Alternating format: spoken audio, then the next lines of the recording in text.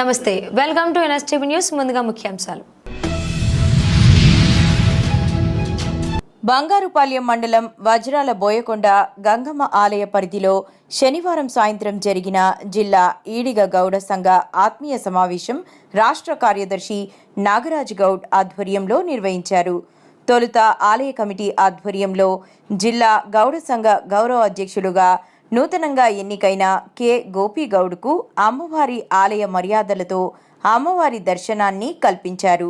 తదుపరి రాత్రి 7 గంటలకు నిర్వహించిన సమావేశంలో గౌరవ అధ్యక్షులు గోపి మాట్లాడుతూ గౌడ కులస్తులకు కేటాయించిన 9 షాపుల్లో 2 షాపులు గౌడ కులస్తులు అమ్ముడుపోగా దానిపై మార్చి 21వ తేదీన విజయవాడ వెళ్లి ముఖ్యమంత్రి చంద్రబాబు నాయుడుని కలవనున్నట్లు, దీనిపై జిల్లాలలో ఎవరికీ అన్యాయం జరగకుండా క్రమబద్ధీకరణ గౌడ కులస్తులకు న్యాయం జరిగే విధంగా పోరాడతామని గోపి తెలిపారు.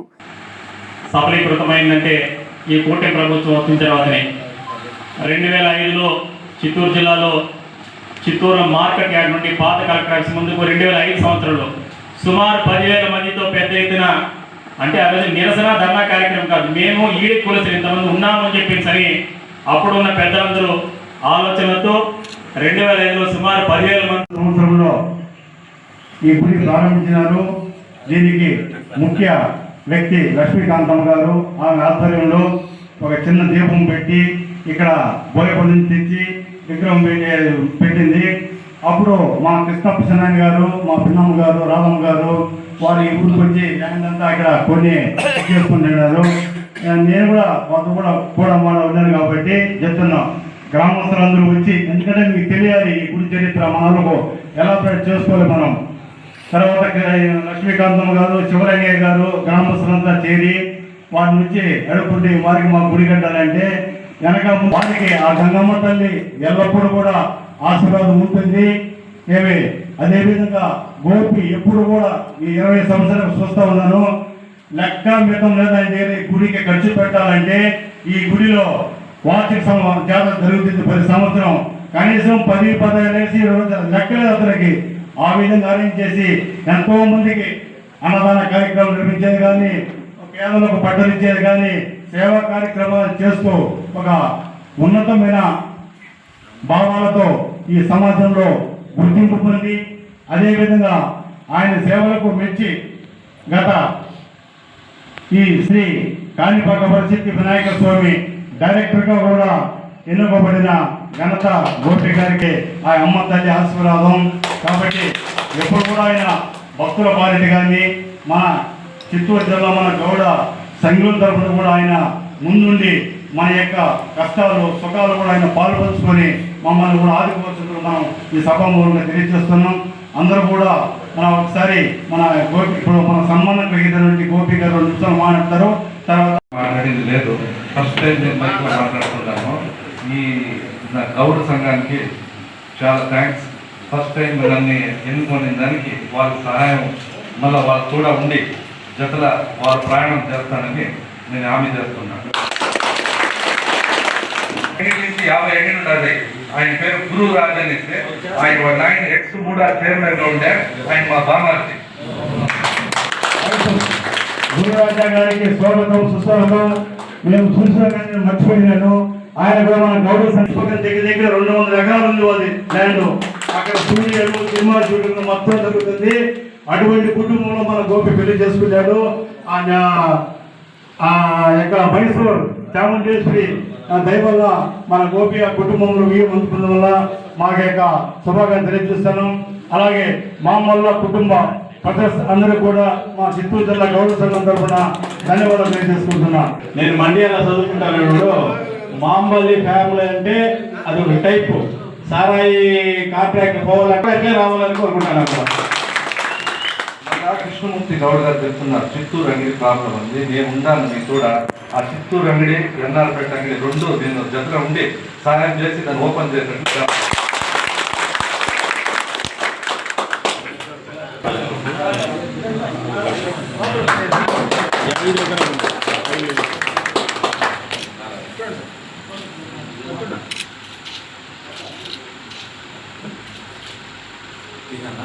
గోపి గారి నాయకత్వం, గోపి గారి నాయకత్వం, గోపి గారి నాయకత్వం. గురురాజా గారికి కూడా సన్మానం.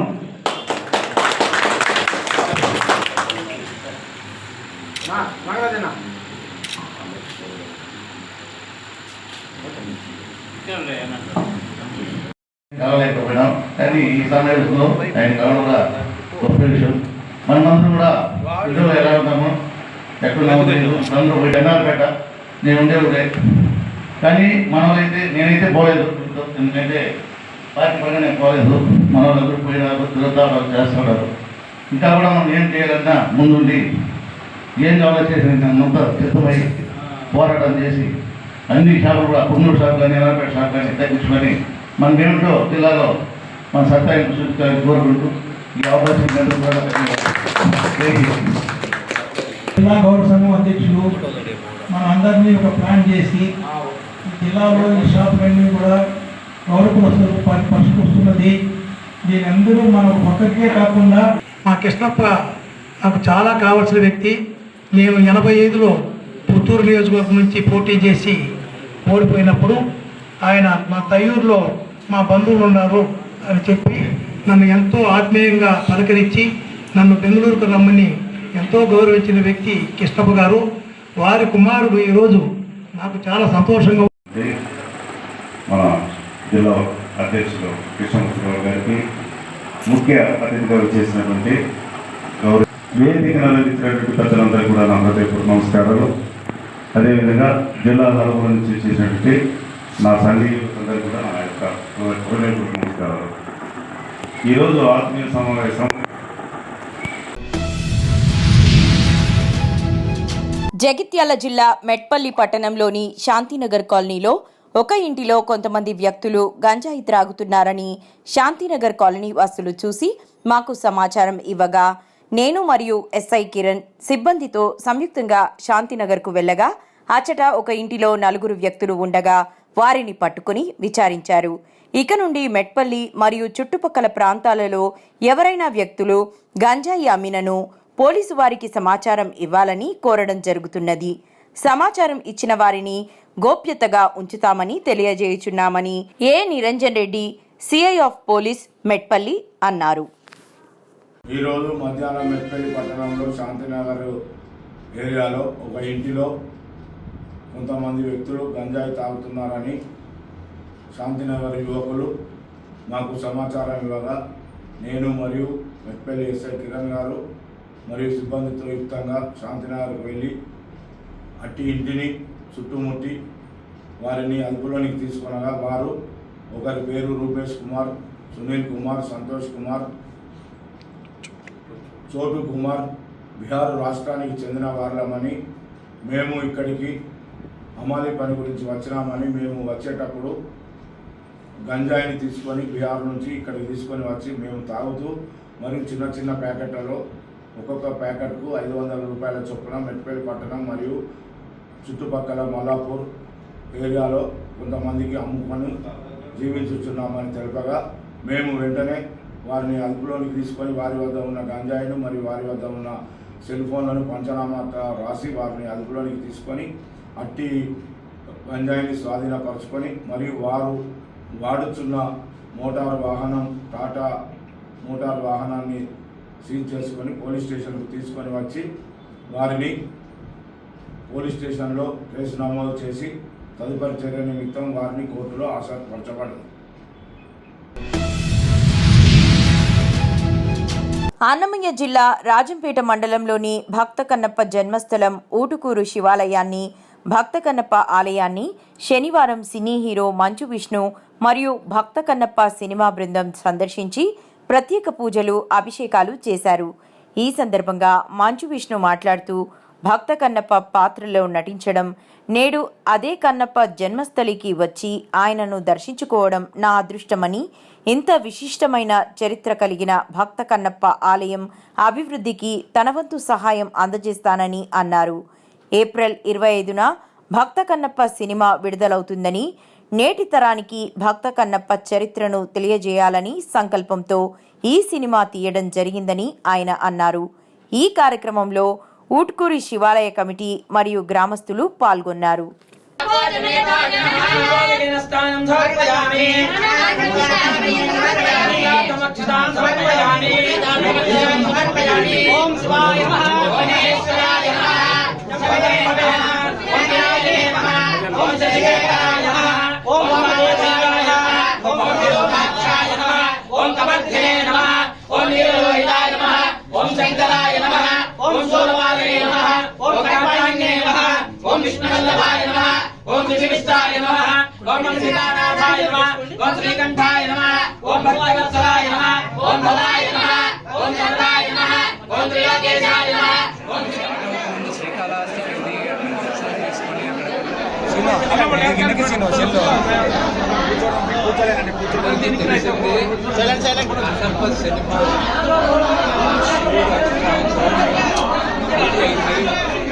ఏప్రిల్ 25వ తేదీన కన్నప్ప రిలీజ్ అవుతుంది. ఇక్కడికి షూటింగ్ స్టార్ట్ అవ్వక ముందు శ్రీకాళహస్తికి వెళ్ళి అక్కడ దర్శనం చేసుకొని అక్కడ కన్నప్ప గుడికి వెళ్ళి దర్శనం చేసుకున్నాం. ఆయన జన్మస్థలానికి ఆయన ఊరికి రావాలని ఎన్నో రోజులుగా అనుకుంటున్నా.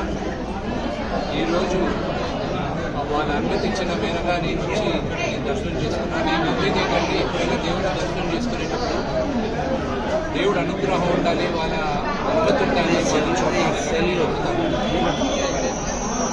ఈరోజు వచ్చాను కన్నప్ప ఊరికి. ప్రపంచానికి నేను చెప్తున్నాను, దాదాపు 50 సంవత్సరాల తర్వాత మళ్ళా తెలుగులో కన్నప్ప చిత్రం చేస్తున్నాం. శివుడి ఆజ్ఞతో ఈ తరానికి కన్నప్ప కథ చెప్పాలని మేము ప్రయత్నిస్తున్నాం. ఏప్రిల్ 25వ తేదీన మీ అందరి ఆశీస్సులతో మంచి విజయాన్ని సాధిస్తామని మనస్ఫూర్తిగా కోరుకుంటున్నాను.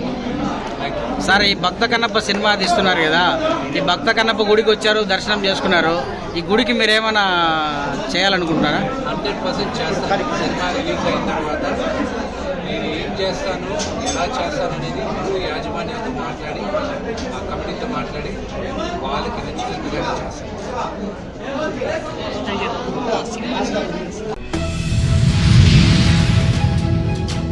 కాకినాడ జిల్లా పిఠాపురం నిన్న 14వ తేదీ శుక్రవారం పిఠాపురం రూరల్ చిత్రాడ గ్రామానికి జనసేన ఆవిర్భావ దినోత్సవానికి విచ్చేసిన పవన్ కళ్యాణ్ ప్రసంగంలో అంబేద్కర్ ఆలోచన విధానం మీద నడుస్తున్నానని చేసిన వ్యాఖ్యలకు దళిత నాయకులు మండిపడ్డారు. దళితుల సంక్షేమం గురించి, దళితుల అభివృద్ధికి ఆలోచించని పవన్ దళితులను గంజాయి స్మగ్లర్లుగా మాట్లాడిన పవన్ కళ్యాణ్ అంబేద్కర్ గురించి మాట్లాడే అర్హత లేదని శనివారం దళిత నాయకులు ఏర్పాటు చేసిన ప్రెస్ మీట్లో ప్రస్తావించారు. ట్యాక్స్ చేయడం జరిగింది. ఆయన దళితులు 28 సంక్షేమ పథకాలు ఎత్తేస్తే ఆ రోజు ఎలక్షన్లో మేము అధికారంలోకి వచ్చిన తర్వాత పునరావృతం చేస్తానని హామీ ఇచ్చి దాని మీద మాట్లాడకుండా ఇలా అంబేద్కర్ ఆలోచన విధానమే నడుస్తున్నానని చెప్పడం ఆయనకి ఎంత సిగ్గుచేటో ఒకసారి ఆలోచించాలని పవన్ కళ్యాణ్ గారిని కోరుతా ఉన్నాం. ఎందుకంటే అంబేద్కర్ బడుగు బలహీన వర్గాల గురించి పోరాడి వాళ్ళొక్క రాజ్య అధికారం కావాలని కోరిన సందర్భం అంబేద్కర్ది. ఆయన ఆలోచన విధానంలో నడుతానంటున్నాడు. మొన్న జనవరి నెలలో 10వ తారీఖున ఒక నిండి సభలో దళితులు స్మగ్లర్గా చేసిన విషయం ఆయన మర్చిపోయి ఆ విషయం మీద కనీసం మాట్లాడకుండా క్షమాపణ చెప్పాలని కోరాం. అది కూడా ఆలోచించకుండా అంబేద్కర్ ఆలోచన విధానంతో నడుస్తున్నాను అంటున్నారు. ఇది దళితులను అవమానించి దళిత సంక్షేమాన్ని, దళితుల అభివృద్ధిని అడ్డుకుంటున్న పవన్ కళ్యాణ్, ఇవాళ గంజాయి స్మగ్లర్గా మార్చిన పవన్ కళ్యాణ్ అంబేద్కర్ ఆలోచన విధానంలో నడుతున్నారంటే ఈ దళితులు బడుగు బలహీన వర్గాలు చెవిలో పూలు పెడుతున్నట్టుగా ఉన్నదా తప్ప అది ఒక బాధ్యతగా మాట్లాడినట్టుగా లేదని ఈ సందర్భంగా తెలియజేస్తూ ఉన్నాం. బడుగు బలహీన వర్గాల గురించి తాపత్రయపడిన అంబేద్కర్ ఆలోచన విధానం మీరు ఆచరించ పోరాడిన వ్యక్తి అంబేద్కర్. అయితే ఆయన ఆలోచన విధానంలో అంబేద్కర్ దళితుల్ని అవమానపరుస్తూ దళితుల్ని గంజాయి స్మగ్లర్గా మార్చడమేనా అంబేద్కర్ ఆలోచన విధానం అనుకుంటున్నారా మీరు? ఇది చాలా పొరపాటు. అంబేద్కర్ ఆలోచన విధానం అనేది మీలో ఇంత కూడా లేదని ఈ సందర్భంగా తెలియజేస్తూ ఉన్నాం. ఇప్పుడు దళిత సంఘాలుగా మేము చాలా ఆవేదన వ్యక్తం ఉన్నాం. ఆ రోజున మీరు రథాలపేట, ఇంద్రానగర్, అగ్రహారం దళితులు గంజాయి అమ్ముతున్నారని 2 నెలలు కావస్తున్నా కూడా దీని మీద పోరుబాట పడుతున్న అనేక సందర్భాల్లో మీడియా ద్వారా, పేపర్ ద్వారా వచ్చింది. మీరు కూడా వీటి మీద స్పందించి కనీసం నేను ఎలా పొరపాటున ఇలాగన్నానన్న సందర్భం రాలేదు. మీరు అంబేద్కర్ ఆలోచన విధానంలో నడుస్తున్నారా? మీరు ప్రజల మొప్పు దళితులు యొక్క మెప్పులు పొందడానికి ఇలా స్పీచ్లు ఇచ్చడం అనేది పద్ధతి కాదు. ఏదైనా నోరు అదుపులో పెట్టుకోవడం, మాట్లాడడం నేర్చుకోండి. ఇది మీరు దళితులు ఏమైనా మీరు ఆషామాషిగా తీసుకుని మాట్లాడడం అనేది మంచి పద్ధతి కాదని మేము దళిత సంఘాలుగా వాటిని ఖండిస్తూ ఉన్నాం.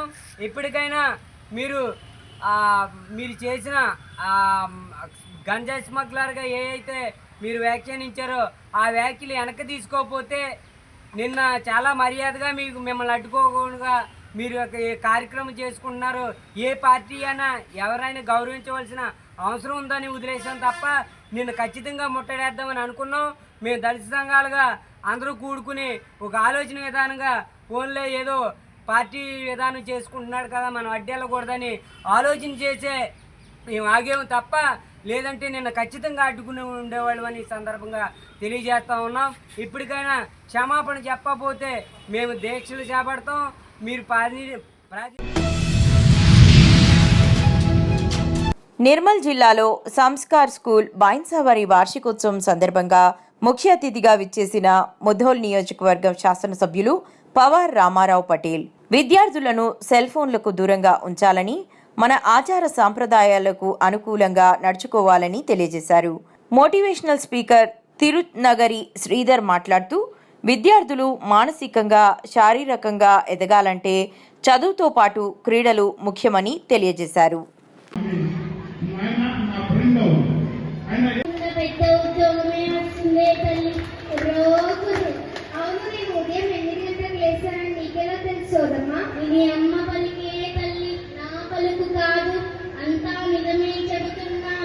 నువ్వు మారితే నీ భవిష్యత్తు కూడా మారుతుంది. అయితే నాకు ఏ ఉద్యోగం వస్తుందో చూసి తెలుసోదమ్మా. సైన్స్ చదివితే డాక్టర్ అవుతావు, మ్యాథ్స్ చదివితే ఇంజనీర్ అవుతావు. కానీ నువ్వు ఎప్పటిలాగా మొబైల్ ఫోన్ చూస్తుంటే భవిష్యత్తులో లాలీ లాలీ అంటూ ఇంట్లోనే ఉండాల్సిందే తల్లి. అవును, సోదరులు చెప్పినంత నిజమే. నేను మారితే నా భవిష్యత్తు కూడా మారుతుంది.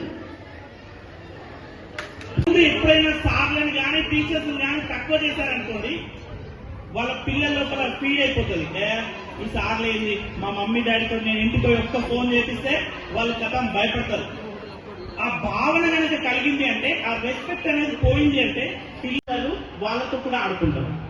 ఈ మధ్యకాలంలో అదే జరుగుతుంది.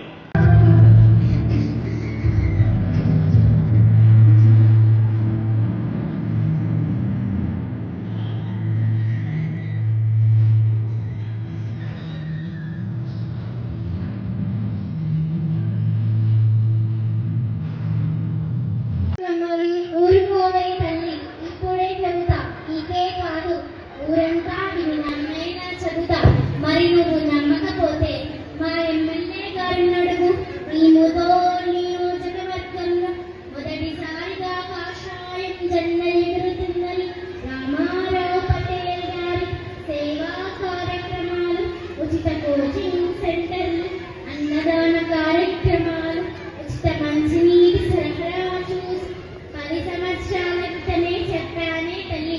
అప్పట్లో నన్ను నమ్మలేదమ్మా, కానీ నేను చూసావుగా, అదే నిజమైంది. అవునా? ఇంకా నమ్మకపోతే ఇక్కడ కూర్చున్న వంటి మన సైకాలజిస్ట్ శ్రీహరి సార్ గారిని అడుగు. 4 సంవత్సరాల క్రితమే చెప్పా. నువ్వు ఇండియా బుక్ ఆఫ్ రికార్డ్లో చోటు దక్కించుకుంటావని నిజమైందా కాదా తల్లి? అవునా సార్? ఇంకా చెప్పాలా, ఈ సంస్కార పాఠశాల ఇంకా ఉన్నత స్థాయికి ఎదుగుతుందని, అందులో చదువుకున్న వందల మంది విద్యార్థులు భవిష్యత్తులో ఉన్నత స్థితిలో ఉంటారని, ఈ పాఠశాలలో అడ్మిషన్స్ దొరకాలంటే నెల తరబడి వేచి చూడాల్సి వస్తుంది తల్లి. కుర్రో కుర్రు. అవునా, ఇదంతా జరగబోతుందా? ఓహో ఓహో, నమ్మరా, వేచి చూడు తల్లి. అయితే నాకు ఏ ఉద్యోగం వస్తుందో చూసి చెప్పు సోదమ్మా. అమ్మ పలుకు జగదాంబ పలుకు కంచి కామాక్షి. ఆయన కొడుకు 12th పాస్ అయిండు, అంటే మన దగ్గర ఇంటర్మీడియట్ అంటే మా ఆడపాల 12th పాస్ అయిన తర్వాత రిజల్ట్ వచ్చింది. ఆయన అని అడిగిండు, వచ్చింది డాడీ ఎంత పర్సెంట్ వచ్చిందంటే 51% వచ్చింది అని చెప్తాడు. నవ్విండు, నవ్వి ఆయనతో